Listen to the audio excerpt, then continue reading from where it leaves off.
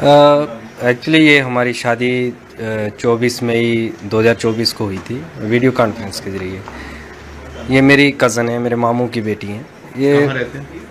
ये वहाँ पाकिस्तान में सियालकोट में रहते हैं, और पार्टीशन से पहले ये यहाँ मेरा अभी घर है, यहाँ पे ये दोनों फैमिलियाँ जॉइंट रहती थी। वो विभाजन के दौरान दोनों फैमिलियाँ बट गईं, तो ये पाकिस्तान चले गए। तो उसके बाद हमारे परिवार के बड़ों ने रिश्ता तय कर दिया हमारा बचपन में ही कि हम आपस में रिश्तेदारी करेंगे। तो फिर जब अभी शादी की हमने 2024 में, उससे पहले मैं आपको बता दूं कि मैं सीआरपीएफ में कार्यरत हूं। तो मैंने अपने विभाग को शादी की अनुमति के लिए सूचना देने के लिए मैंने 31/12/2022 को मैंने एक लेटर लिखा था, और उसको उस लेटर के ऊपर कुछ आपत्तियां लगा के इन्होंने रिटर्न कर दिया। 24 जनवरी रिस्पेक्ट है, तो उसमें मैरिज का कार्ड, शादी कहाँ पे होगी ये, और ये सब चीज़ें उसमें लिखी गई। मैंने उन सब आपत्तियों का निवारण करके शादी का कार्ड लगा के मैंने डिपार्टमेंट को दी। 72 बटालियन सीआरपीएफ सुंदरबनी में कमांडेंट साहब से मैं मिला भी। फिर वो मेरा लेटर जो है through proper channel DIG range, उसके बाद जम्मू सेक्टर आईजी सीआरपीएफ, फिर एसडीजी जेके जोन से होता हुआ वो डायरेक्टेड सीआरपीएफ दिल्ली तक गया। वहाँ कुछ समय लगा, 2-4 महीने 5 महीने का समय वहाँ पे लगा। फिर उसके बाद में वहाँ से एक रिप्लाई आता है, जवाब आता है कि उसके संबंध में उन्होंने लिखा है, मतलब क्लियर लिख के दिया है कि रूल के हिसाब से जो है एक सरकारी कर्मचारी को सरकार को सूचित करना होता है, डिपार्टमेंट को सूचित करना होता है। तो मेरे बारे में साफ उसमें लिखा है कि प्रार्थी ने डिपार्टमेंट को सूचित कर दिया है। वो लेटर है आपके पास? ये लेटर मेरे पास है, ये लेटर है, आप देख सकते हैं। अच्छा। इसमें साफ मेंशन हुआ है। अच्छा, कहाँ पे लिखा है? ये लिखा हुआ है कि प्रार्थी ने उल्लेख मतलब इसके संबंध में सूचित कर दिया है। और एनओसी कानून है कि शादी से पहले आपको उनको सूचित करना है। मैं 24/5/2024 को शादी की है। शादी के बाद भी मैंने सूचित किया है, ऐसा पहले भी किया है। और तो अनुमति वहां से दी गई 30 शादी के लिए? जी, ये देखो क्लियर है, 30/4/2024 को डायरेक्टरेट से आया हुआ है कि इसने सूचित कर दिया है डिपार्टमेंट को, और एनओसी का कोई उल्लेख नहीं है इसमें। अच्छा। उसके बाद में ये 24/5/2024 को मेरी शादी हुई। मेरे फादर कैंसर पेशेंट हैं। पहले हमने डेट जो है सीआरपीएफ ने मतलब किया था कि आप कर सकते हो शादी? जी क्लियर है, ये लेटर है मेरे पास डायरेक्टर डीजी का। अच्छा। जी, इन्फॉर्म किया मैंने। अच्छा। फिर उसके बाद शादी करने के बाद भी मैंने इन्फॉर्म किया। मैंने मैरिज सर्टिफिकेट की कापियाँ, अपने वेडिंग कार्ड की, और हालांकि तस्वीरें वो भी मैंने जो है वहाँ पे दी 72 बटालियन में। और टाइम टू टाइम मैं प्रॉपर इन्फॉर्म करता रहा डिपार्टमेंट को। फिर मैंने दरअसल पहले शादी की हमारी डेट 5/11/2023 थी, जो इसमें मेंशन है। तो इस लेटर में भी समय लग रहा था और वीज़ा मिलने में भी देरी हो रही थी, तो उस टाइम पे हो नहीं पाई। फिर ये शादी उस टाइम पे नहीं हो पाई, जो क्योंकि वीज़ा नहीं मिला। फिर ये लेटर के जो रिप्लाई है 30/4/2024 से डायरेक्टेड से आ जाता है। तो मेरे फादर की तबीयत भी ज़्यादा ख़राब हो गई उस दौरान, कैंसर पेशेंट है। तो दोनों फैमिलियों ने सहमति की और हमने वीडियो कॉन्फ्रेंस के जरिए ऑनलाइन निकाह किया और शादी कर दी हमने। उसकी सूचना मैंने डिपार्टमेंट को दे दी। मेरे पास लेटर हैं जो मैंने सूचना दी है, और उससे पहले ये डायरेक्टेड से जो मैंने पहले इंटीमेशन किया है, डीजी ऑफिस से लेटर आया, उसमें ये क्लियर लिखा है कि डिपार्टमेंट को इन्फॉर्म हो चुका है। फिर इसके बाद 28 फरवरी 2025 को मेरी वाइफ को वीज़ा मिलता है। वो भारत आती हैं 15 दिन के वीज़े पे। शादी किस दिन हुई थी? शादी हुई थी 24/5/2024, 24 मई को। अच्छा, 24 मई 2024 में 2024। जी। वो आती हैं 2025 फरवरी 28 को। अच्छा, एक साल बाद लगभग वीज़ा मिला? हाँ, लमसम 9 महीने या 1 साल का इतना हमें टाइम लगा उसमें। वीज़े का प्रोसेस में कंप्लीट होने में उसकी फील्ड वेरिफिकेशन होती हैं, यहाँ पे भी सारा 2-3 विभाग उसकी वेरिफिकेशन करते हैं। तो जब मेरी वाइफ आई तो मैंने अपनी बटालियन को टेलीफोनिकली भी वीज़े की कापियाँ भी मेरे व्हाट्सएप पे आज भी उसकी डिप्टी कमांडेंट के नाम पे जो मैंने भेजा है नंबर पे, आज भी प्रूफ है। तो मैंने वो पूरे डिपार्टमेंट को इन्फॉर्म किया। फिर उसके बाद 15 दिन के वीज़े पे थी, तो हमने उसके विदिन 15 दिन के अंदर ही हमको LTV अप्लाई करना होता है, अगर मतलब वो लॉन्ग टर्म वीज़ा जो शादी के ग्राउंड पे मिलता है। तो हमने वो 4 मार्च को ही अप्लाई कर दिया, 4 मार्च अभी 2025 25 को। तो 14 तक हमारा विजिट वीज़ा था। उस दौरान फील्ड वेरिफिकेशन हुई LTV की, और 13 मार्च को जो है हमारा इंटरव्यू FRO के पास होता है, FRO जम्मू के पास। तो उसके बाद उन्होंने कहा कि आपका पॉजिटिव रिकमेंडेशन हम आगे भेज रहे हैं, तो आप LTV कैटेगरी में फॉलो करते हैं, आप स्टे कर सकते हैं, इसमें कोई नहीं। तो रहते रहे, सब ठीक था। फिर उसके बाद ये जो इंसिडेंट हुआ, उसके बाद गवर्नमेंट पहलगाम अटैक हुआ, फिर गवर्नमेंट ने कोई इनिशिएटिव लिए, उस पर जो फैसले लिए, तो उसमें गवर्नमेंट ऑफ इंडिया ने जो होम मिनिस्ट्री से आर्डर निकला है, उसमें उन्होंने LTV के लिए ये नॉट एप्लीकेबल लिखा हुआ है कि इन पे लागू नहीं होता है। तो हम LTV में आते थे, क्योंकि हमारी रिकमेंडेशन होके इन प्रोसेस में था। लेकिन ये मैं आपको दिखा देता हूँ, ये देखो LTV वैलिड और issue of new visa allowed, LTV yes मिलेगा। और ये deadline of exit India for visa holder, सबको एग्जिट है। LTV जो कैटेगरी में आते हैं उनको, उनके ऊपर नॉट एप्लीकेबल, ये गवर्नमेंट का ऑर्डर जो आया। हम इसके अनुसार ठीक थे, तो अचानक हमें एक एग्जिट परमिट आता है, ये FRO की साइट से हमें मेल आता है। मैंने वहाँ बात की, तो थोड़ी देर के बाद वो एग्जिट परमिट जो है कैंसिल हो जाता है। तो दूसरे दिन जो है तहसीलदार की तरफ से हमें बोला जाता है, इन्फॉर्म किया जाता है। उसके ऊपर ये आप देख सकते हैं, ये देखो exit permit against application ID number, ये स्टैंड कैंसल, वी आर री एग्जामिनिंग योर केस। ये FRO का मेल है हमारे पास। फिर उसके बाद हमें जो नोटिस दिया जाता है वो दिया जाता है विजिट वीज़े पे, विजिट वीज़े पे, जो तहसीलदार की तरफ से कि आपका विजिट वीज़ा इतने से इतना था। हालांकि हमारा विजिट वीज़ा जो है वो 14 मार्च तक था, वो लिख रहे हैं 22 मार्च तक, ऐसा नहीं है, 14 मार्च तक था हमारा। तो हमने 13 मार्च को हमारा अप्रूवल के लिए चला गया। जो इसका प्रोसीजर है LTV का आम यही है, मतलब जो भी है ऑफिशियली काम इसका। तो उस दौरान फिर हमें नोटिस दिया गया, हमने एडवोकेट अंकुर शर्मा जी से बात की, और हमने इस पटिशन को जम्मू कश्मीर हाई कोर्ट में दर्ज किया। तो कोर्ट ने उसमें हमारे डॉक्यूमेंट्स देखे, हमारे उसमें देख के उन्होंने इंटरवेंशन की। तो मेरी वाइफ को उस टाइम अटारी बागा बॉर्डर लिया जा रहा था। हाँ, हालांकि ये CRPF की जो डायरेक्टरेट से हमारी जो अप्रूवल आई है, जिसमें उन्होंने लिखा है कि सूचित कर दिया गया है, हमने ये हाई कोर्ट में हमें सबमिट की। ये कोर्ट ने माना इस चीज़ को, ये वैलिड, क्योंकि DG ऑफिस से आई हुई है। तो उसके बाद मेरी वाइफ को अटारी बॉर्डर पे लिया गया। फिर उसके बाद में कोर्ट से शाम को एक ऑर्डर निकलता है, उन्हें रोका जाता है LTV के उसके। अच्छा, वहाँ अटारी में रोक दिया गया? नहीं, मतलब वहाँ पहुँचने तक यहाँ से कोर्ट ने डिसीजन लिया। अच्छा। तो फिर उन्हें वहाँ से रिटर्न किया गया, तो आपकी वाइफ को वापस किया गया कि हम LTV में फॉलो करते हैं, और उसके ऊपर जो भी निर्णय होगा कोर्ट का, जहाँ जो डिपार्टमेंट है वो मतलब आगे है। तो इस दौरान में मैंने सोशल मीडिया पे कुछ न्यूज़ सुनी कि CRPF की तरफ से कि आप मतलब जवान पे एक्शन लेने वाले हैं, ये है वो है, तो न्यूज़ में चलता रहा। तो कल अचानक कुछ हमारी 41 बटालियन जो इस टाइम भोपाल में है, अभी मेरे ट्रांसफ़र कर दिया गया भोपाल में, वो भी मैं आपको बताता हूँ। तो वहाँ से कुछ नोटिस आता है मुझे, तो मैं उस नोटिस को रिसीव करता हूँ। तो उसमें पढ़ता हूँ, तो उसमें वो एक चीज़ मेंशन करते हैं कि हमें निकाह के लिए इन्फॉर्म किया जवान ने। तो निकाह ही मैरिज होती है, निकाह के लिए इन्फॉर्म किया है। अच्छा। निकाह के लिए इन्फॉर्म किया, फर्स्ट पैरे में लिख रहे हैं। और वीज़े के लिए इन्फॉर्म नहीं किया। वीज़े के लिए वीज़े की कापियाँ मैंने सबमिट की हैं, सब किया है। फिर वो कह रहे हैं कि विजिट वीज़ा एक्सपायर होने के बाद इलीगली ये जवान ने अपने पास रखा था। ऐसा नहीं है, मेरे पास प्रूफ है, ये LTV के जो कंसर्न अथॉरिटी हैं उन्होंने हमें स्टे बोला, उनके लेटर हैं, सारा जो प्रोसीजर है।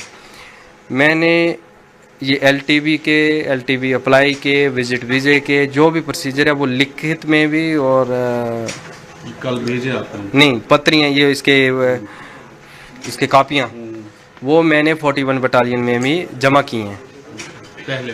हाँ, पहले ये सब होने से पहले टोटल मैंने वहाँ पे, अभी मैं न्यू पोस्टिंग वहाँ गया था 29 मार्च को मैंने वहाँ ज्वाइन किया।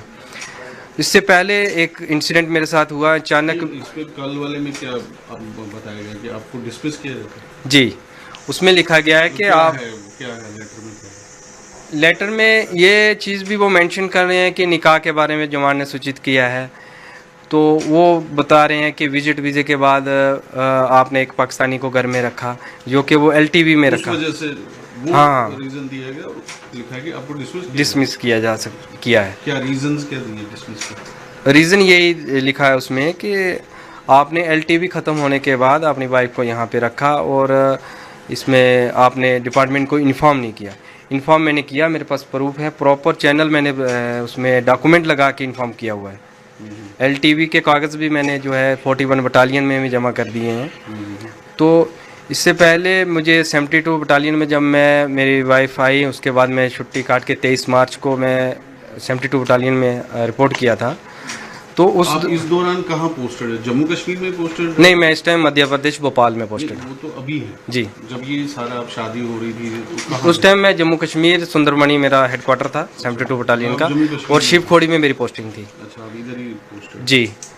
तो उस दौरान मेरे ये 23 मार्च को मैं रिपोर्ट करता हूँ वाइफ के यहाँ आने के बाद 72 बटालियन में। मैं वहाँ भी बताता हूँ, मैंने पूरे डॉक्यूमेंट्स मैंने उनके प्रिंट में निकाल के रखे हुए हैं, जो मैंने व्हाट्सएप भी किए घर से, इनको पूरी डिटेल 72 बटालियन को दी, वीज़े की कापी दी और एलटीवी के लिए बताया। तो फिर मैं 26 मार्च को जब मैं शिवखोड़ी से हेडक्वार्टर सुंदरमणि में जाता हूँ, तो वहाँ अचानक से मुझे 27 तारीख को सुबह अर्ली मॉर्निंग बिना कुछ बताए हुए अचानक मुझे कहते हैं कि आपको 41 में रिपोर्ट करना है, आपको जाना है, आपकी ट्रांसफ़र होगी। तो मैंने पूछा, मेरा अभी 2027 में यहाँ ट्रांसफ़र पीरियड कंप्लीट होना था JNK से, तो मैंने आदेश के अनुसार मैंने उस पर कुछ ज़्यादा बात नहीं की, मैंने अपना वो उठाया। मुझे उसमें जब भी आप किसी दूसरी बटालियन में ट्रांसफ़र होते हैं तो आपको 15 दिन का ज्वाइनिंग टाइम मिलता है, पीरियड मिलता है, आपको घर से होके वहाँ ज्वाइन करना होता है। मेरा वो भी नहीं मिला, मुझे एमरजेंसी वहाँ रिपोर्ट करने के लिए बोल दिया, JT उसमें नॉट परमिट लिख दिया। तो मैंने आदेश के अनुसार यहाँ से 41 बटालियन भोपाल में 29 को मॉर्निंग में मैंने ज्वाइन किया। मुझे ना ट्रेन, जी अभी जस्ट ये, उसके दौरान मुझे ना ट्रेन की टिकट मिली, ना मुझे हेडक्वार्टर से कहीं मुझे छोड़ा गया, सीधा गेट से आउट कर दिया गया। रीज़न किसी ने कुछ नहीं बताया। फिर मैंने वहाँ जाके 41 बटालियन के कमांडेंट सर का, डिप्टी कमांडेंट सर का मैंने इंटरव्यू लिया। इंटरव्यू होता है जब भी पोस्टिंग जाओ, तो मैंने वहाँ पूरी कहानी अपनी मैंने सुनाई, ये बात है, इन्फॉर्म किया, मैरिज मैंने ऐसे की। तो मैंने वहाँ CO सर से बता के मैंने एक DG साहब के इंटरव्यू के लिए एक लेटर लिखा। उसमें भी मैंने यही मेंशन किया कि ऐसे ऐसे मैंने इन्फॉर्म किया था, ऐसे मैंने शादी की प्रॉपर चैनल से। अब शादी करने के बाद अचानक से मुझे यहाँ ट्रांसफ़र कर दिया गया, इसके पीछे का कारण मुझे मालूम नहीं है। वो एप्लीकेशन अभी मेरी अंडर प्रोसेस में है DG साहब के इंटरव्यू के लिए। उसमें मैंने पूरे डॉक्यूमेंट्स लगाए हैं, वीज़े की कापियाँ लगाई हैं, मैरिज सर्टिफिकेट लगाए हैं, A to Z DG साहब के लिए भी मैंने लिख के वहाँ दिया हुआ है। फिर उसके बाद मैं कमांडेंट सर के नाम पे मैंने एक इंटीमेशन लिखा अपनी शादी के बारे, क्योंकि न्यू बटालियन थी, तो मैंने उनको भी इन्फॉर्म किया प्रॉपर। उसमें LTV के कागज़ भी लगाए कि इस टाइम LTV में स्टे करते। उसके बाद ये सब इंसिडेंट हुआ तो मैं छुट्टी आया, फिर आपको मैंने पहले बता दिया ये सब हुआ। तो कल अचानक से मुझे ये डिसमिस फ्रॉम सर्विस का ये आ गया। तो मैं तो इस चीज़ से हैरान हूँ, तो परेशान हूँ कि ऐसा क्यों हुआ।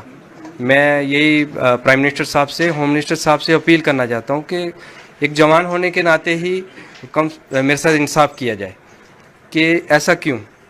जब मैंने प्रॉपर चैनल 2024 में शादी कर रहा हूँ, 2022 से मैं डिपार्टमेंट को लगातार सूचित करता आ रहा हूँ, वो डिपार्टमेंट जानता भी, हर कॉपी मैंने उनको दी है।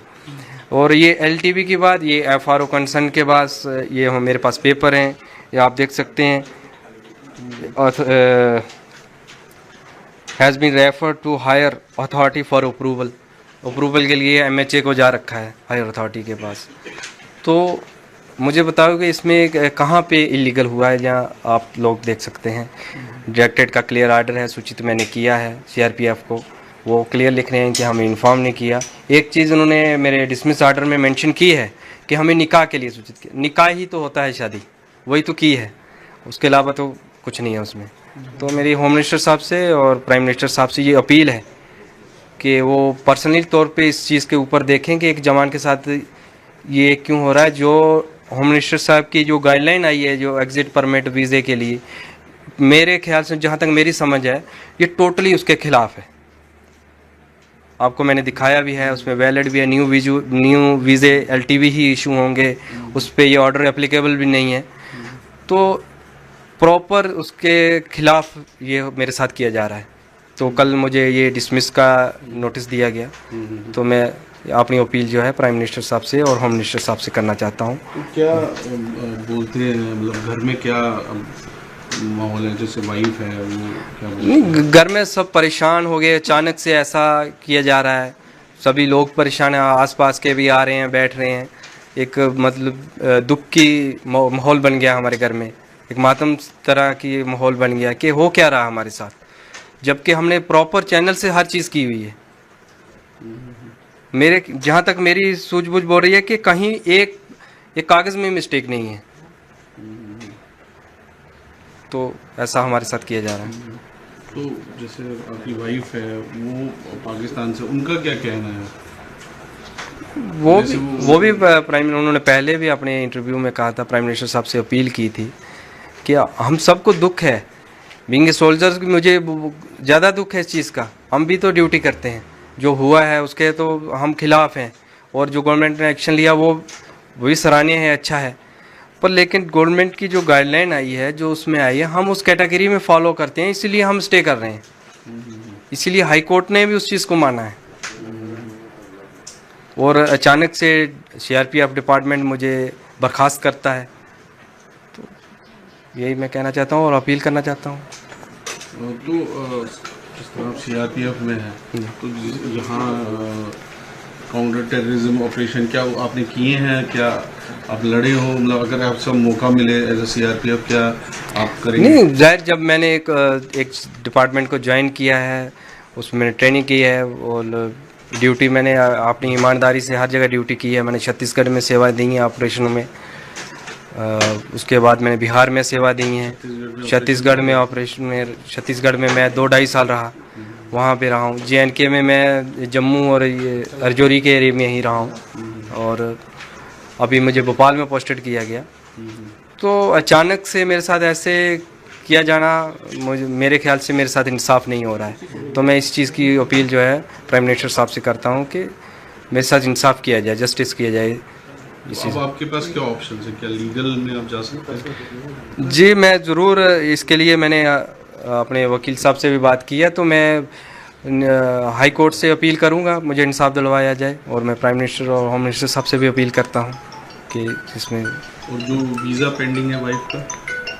वीज़ा पेंडिंग है, वो होम मिनिस्ट्री में अप्रूवल के लिए गया है, तो मैं वो उसके लिए भी अपील करता हूँ सरकार से कि वो वीज़ा भी दिया जाए, ताकि हमारे घर में थोड़ा माहौल ठीक हो। एक परेशानी की टेंशन बन चुकी है, और इधर से सर्विस का ये इस तरह का नोटिस आना। तो ये शादियाँ होती रहती हैं, मतलब जो आपके रिश्तेदारी में, क्योंकि जम्मू कश्मीर में काफ़ी लोग हैं, वहाँ पे शादी होती है, पाकिस्तान में काफ़ी सारे लोग शादी करते हैं। जी, वो तो होती है। अभी आपने देखा है कि हमने भी सोशल मीडिया या मीडिया के थ्रू अब देखा है कि कितने लोगों ने शादियां की हैं, शादियां होती हैं, और लोग रिश्तेदार जो भी हैं आपस में। मेरे तो मामू की बेटी है, इसमें हमने बड़ों ने किया था, मेरी अरेंज मैरिज हुई है जी। तो अब आखिर में एक क्या मैसेज आप देंगे, क्या एक अपील करेंगे? मैं अपील प्राइम मिनिस्टर साहब से और होम मिनिस्टर साहब से इस चीज़ के लिए अपील करता हूं कि मेरे साथ इंसाफ होना चाहिए।